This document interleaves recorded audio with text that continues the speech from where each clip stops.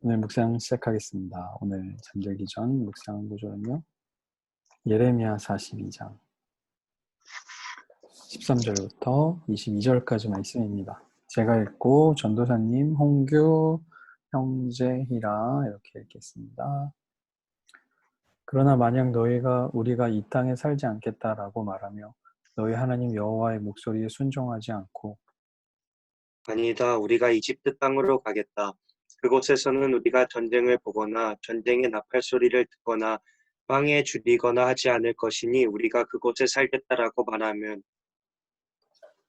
유다의 남은 사람들아 여호와의 말을 들으라. 이스라엘의 하나님 만군의 여호와가 이렇게 말한다.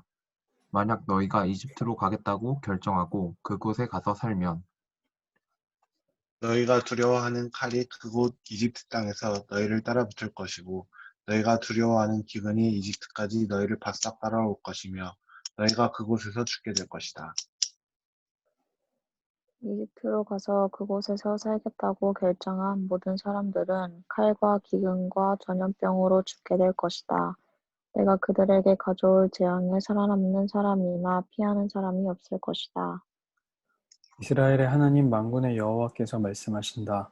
내 노여움과 분노가 예루살렘에 사는 사람들 위에 쏟아 부어진 것처럼 너희가 이집트로 갈 때 내 분노가 너희 위에 쏟아 부어질 것이다. 너희는 악담과 경악의 대상이 될 것이고 저주와 모욕의 대상이 될 것이다.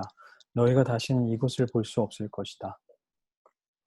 유다의 남은 사람들아 여호와께서 너희에 대해 말씀하셨다. 이집트로 가지 말라. 내가 오늘 너희에게 경고하는 것을 분명히 알라. 너희가 나를 너희 하나님 여호와께 보내며 우리를 위해 우리의 하나님 여호와께 기도해 주십시오. 우리의 하나님 여호와께서 우리에게 말씀하시는 모든 것을 우리에게 말해 주십시오. 그러면 우리가 그대로 할 것입니다. 라고 말했을 때 너희는 너희의 목숨을 거는 실수를 했다. 내가 오늘 너희에게 말했지만 그분이 나를 너희에게 보내 말씀하신 모든 것에 대하여 너희가 너희 하나님 여호와의 목소리에 순종하지 않았다. 그러므로 너희가 가서 살고 싶어하는 곳에서 너희가 칼과 기근과 전염병으로 죽게 될 것이라는 것을 너희가 분명히 알라. 아멘. 아멘. 네, 오늘 말씀은 어제와 좀 이어지는 말씀인데요. 이스라엘 백성들이 두려움에 대한 좀 문제를 가지고 있었습니다. 그게 뭐냐면 예레미야가 이제 하나님의 말씀을 듣고 이렇게 이야기해주는 상황이었어요.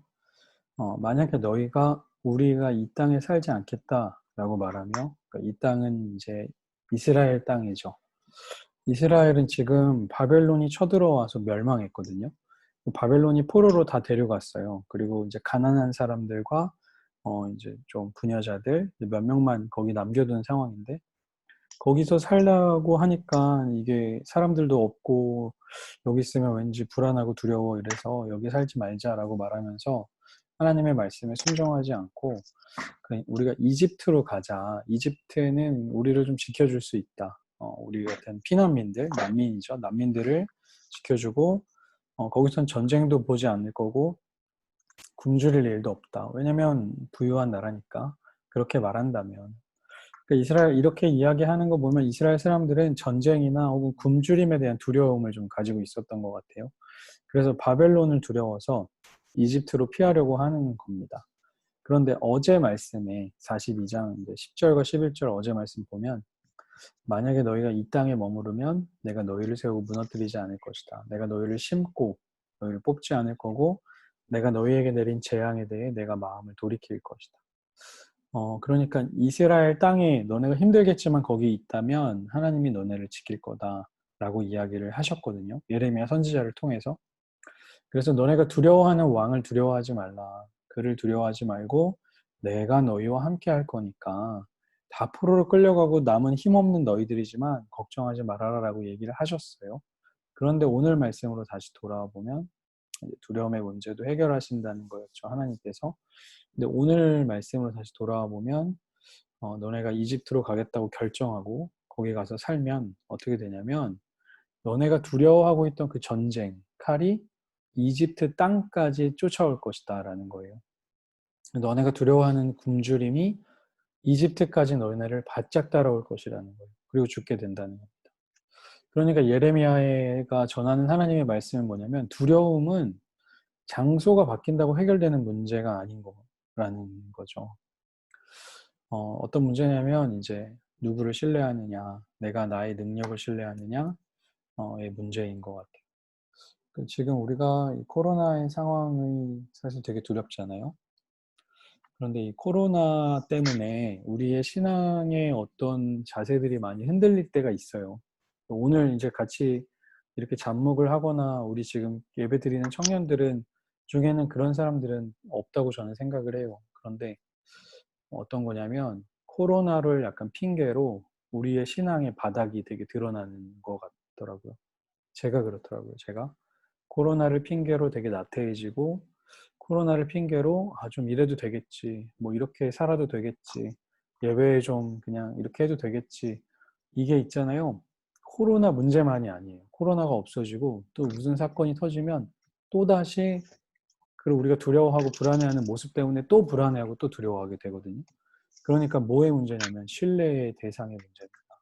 그래서 우리가 예배를 드리는 거예요. 하나님을 신뢰한다고. 그래서 하나님께서 뭐라고 하냐면 이집트로 가서 살겠다고 결정한 모든 사람들 너네 결국엔 전염병으로 죽게 될 거다. 너네가 두려워하는 게 너네를 쫓아오게 될 거야 라고 이제 이야기를 하시는 거죠. 두려움은요 어떤 상황이나 장소의 문제가 아니라 신뢰의 문제입니다. 그러니까 오늘날에 우리가 두려움을 극복한다면 내일과 다음에 만날 어려움과 두려움도 극복할 수 있지만 오늘날 두려움을 피하고 다른 것을 따라간다면 앞으로 찾아오는 두려움과 어려움에 반드시 넘어지게 돼 있어요. 두 번째는 뭐냐면 하나님께서 진노하신다는 거예요.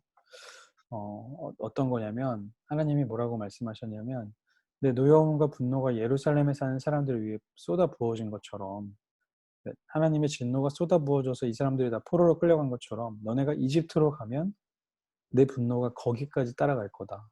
그래서 너네가 악담과 경악의 대상이 되고 저주와 모욕의 대상이 된다. 너네가 다시는 나를 볼 수 없다. 이것을 볼 수 없다. 땅을 옮겨서 내가 저쪽으로 도망가겠다라는 것은요. 하나님의 능력을 의심하는 겁니다. 하나님을 신뢰하지 못하고 있는 거예요. 이스라엘은 결국에는. 하나님 신뢰하지만 내가 저기 가서 살게요. 이게 아니고 하나님 못 믿겠다는 거예요. 자신들이 죄 지은 건 생각 못하고 하나님 신뢰하지 못하겠다는 겁니다. 그런 사람들에게 하나님 진노하시는 거죠. 결국 하나님이 근데 사실 되게 진노하셨던 건 뭐냐면 그들의 그런 태도뿐만이 아니라 고백과 너무나 다른 행동 때문이었어요.